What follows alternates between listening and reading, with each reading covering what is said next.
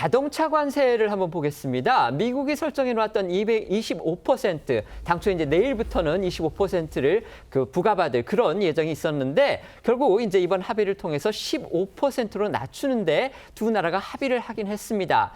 이 15%라는 수치만 단순히 놓고 본다면 우리의 경쟁국이죠. 일본, 유럽산 자동차하고 수치는 같습니다. 그런데 우리 차 업계만 놓고 본다면은요, 기존에는 한미 간의 FTA가 설정이 돼 있었습니다. 그렇기 때문에 무관세였죠. 그런데 이렇게 15%로 갑자기 세금이 늘어나면서 우리 자동차 업계로서는 그러니까 실질적으로는 현대 기아차의 미국 시장 내에서의 경쟁력이 약해진 거 아니냐. 지금 이런 우려와 지적이 나오는 겁니다.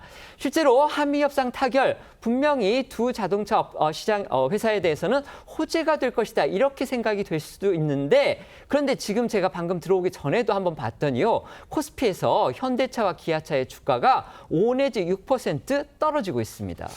그렇습니다. 말씀하신 것처럼 일본과 EU는요, 이전부터 이 수출 자동차에 대해서 2.5% 관세가 부과가 되고 있었습니다. 그런데 우리 차는 한미 FTA로 관세가 없었고요. 이 때문에 이번 협상에서 일본이나 EU와 동일한 조건인 이 관세 15%를 적용받게 됐지만 사실상 일본이나 EU보다는 2.5% 손해를 보게 된 셈입니다. 경쟁에서 불리질 수밖에 없다는 이 해석이 나오는 이유이기도 합니다. 정부는 이런 문제점을 의식해서 그동안 미국 측에 자동차 품목 관세를 12.5%로 해달라 이렇게 강하게 요구를 해왔지만 결국 받아들여지지 않고 15% 합의를 이룬 겁니다. 대통령실은 이 12.5%를 계속 고수를 할 경우에 전체 협상 틀이 흔들릴 우려가 있었다라고 설명을 했고요. 또 이 추후 부과가 예고된 반도체나 의약품 관세도 다른 나라보다 불리한 조건을 적용받지 않을 것이다라고 강조를 했습니다. 또 구윤철 부총리는요, 이 15% 관세에 대해서 이 관세가 도전적으로 느껴질 수는 있지만 새로운 기회가 될 수 있다고도 했습니다. 이 관련해 대통령실 브리핑 들어보시겠습니다.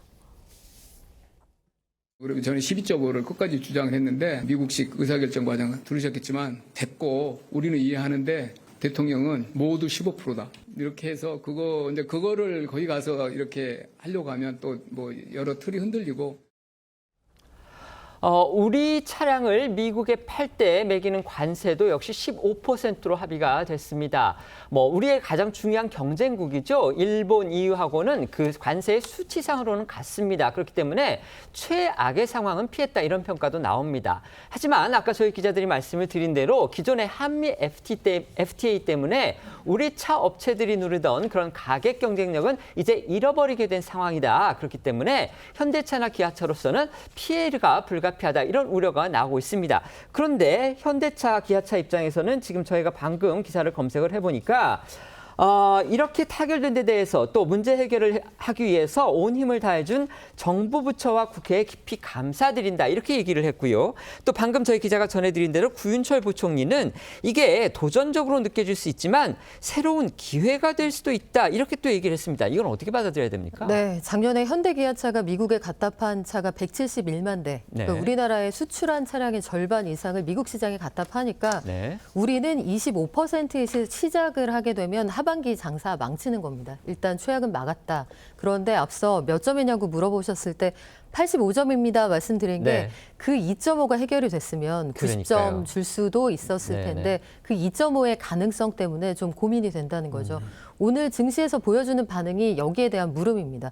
2.5를 어떻게 해결할 것이냐. 네. 구체적으로 말씀드리면 미국 시장에서 소나타가 26,900불입니다. 네. 한국 돈으로 오늘 환율 기준 3,744만 원이고 요 시장을 놓고 경쟁을 하는 게 도요타의 캠리, 캠리죠. 네. 그리고 혼다 어코드 등이 있는데 도요타 캠리가 28,400불이고 혼다 어코드가 29,400불. 네.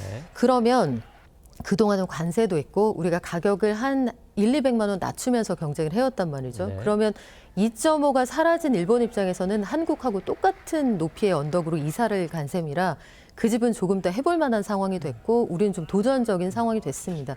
그럼에도 불구하고 제가 보는 희망은 뭐냐면 트럼프 대통령은 대외적으로 내가 이만큼 가져왔다를 딱 보여주는 사람이고 실리보다는 그 외형에 집중하는 사람이거든요. 네. 그렇다면 앞으로 스콧 베센트 재무장관과의 회담은 오늘 남아 있습니다. 네, 저녁에 이런 합니다. 것 그렇죠. 이런 것들 통해서 앞으로 디테일을 가다듬어 갈 때 네. 미국과 실무진과는 충분히 협상할 수 있거든요. 우리가 컨트랙트 보면 파인이라고 해서 아주 미세한 조항을 조정을 할 때 사실 미국과 기존에 이게 있었으니까 사실 한국 입장에서 이건 17.5나 다름이 없다. 아, 네네네. 2.5 깎자. 이 협상 우리 쭉 해나갈 수 있습니다. 저는 그 가능성 놓치지 말아야 한다고 봅니다.